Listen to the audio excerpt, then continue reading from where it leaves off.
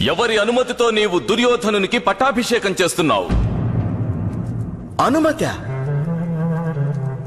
హస్తినాపుర సింహాసనాన్ని అధిష్ఠించిన రాజు ఇంకొకరి అనుమతితో నిర్ణయం తీసుకోవాలా మహారాజా? మౌనం వహించండి గాంధార రాజా. శంతనుని పుత్రుణ్ణి దేవవ్రత భీష్ముడిని నేను సదా హస్తినాపుర రాజుకు ముందు నడుస్తాను. ఇది నా ప్రతిజ్ఞ. ధర్మ మార్గాన నడిస్తే హస్తినాపుర రాజుకు ముందుండి నేను వానిని రక్షిస్తూ ఉంటాను. అధర్మ మార్గాన నడిస్తే నేను వానిపైనే తిరుగుబాటు చేసి తప్పక ప్రతిఘటిస్తాను.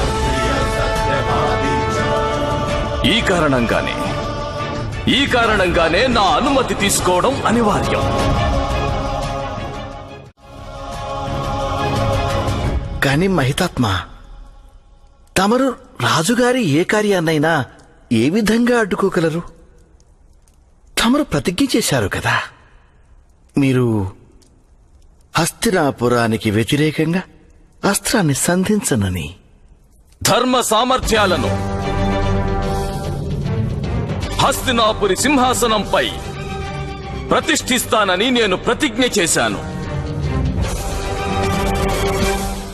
అధర్మం హస్తినాపురి సింహాసనాన్ని అధిష్ఠించిన నాడు అవశ్యం నేను శస్త్రాన్ని సంధిస్తాను.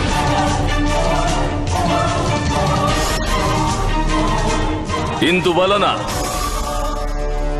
నా ప్రతిజ్ఞ భగ్నం కాదు. నన్ను ఎదిరించి నిలిచేందుకు మీలో ఎవరికైనా సామర్థ్యం ఉందా?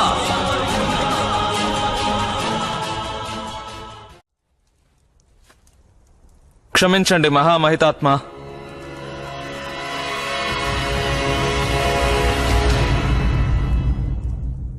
ఒకవేళ హస్తినాపురి సింహాసనాధీశులు నన్ను ఆదేశించినట్లయితే నేను నా సామర్థ్యాన్ని తప్పక ప్రదర్శించగలను.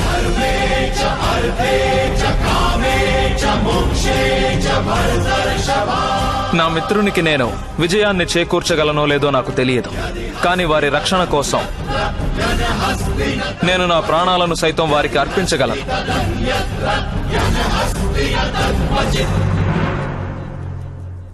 ధృతరాష్ట్ర, ఈ పట్టాభిషేకానికి ముందు అంగరాజు కర్ణుని నీవు ఆదేశించు, నాపై అస్త్రాన్ని సంధించమని. రాకుమారుడు దుర్యోధనునికి అర్థం కాగలదు. అధర్మాన్ని అరికట్టే సమయం వస్తే దేవవ్రతుడు భీష్ముడు ఎంత భీకర యుద్ధం చేస్తాడో. వద్దు పెత్తండ్రి, వద్దు. మిమ్మల్ని అవమానించే ఉద్దేశం ఎవరికీ లేదు. కానీ పెదతండ్రి, నా పుత్రునికి రాజ్యభారం అప్పగించి నేను సన్యాసం తీసుకోవాలని ఆశించాను పెదతండ్రి. అవశ్యం తీసుకోవచ్చు. నీవు కార్యనిర్వాహక రాజువు కనుక నీవు నీ పుత్రుని కార్యనిర్వాహక రాజును చేయవచ్చు. కానీ పట్టాభిషేకం చేయలేవు. ఎందుకని చేయలేరు పట్టాభిషేకం మహామహితాత్మ? ఏదైనా కారణం ఉందా?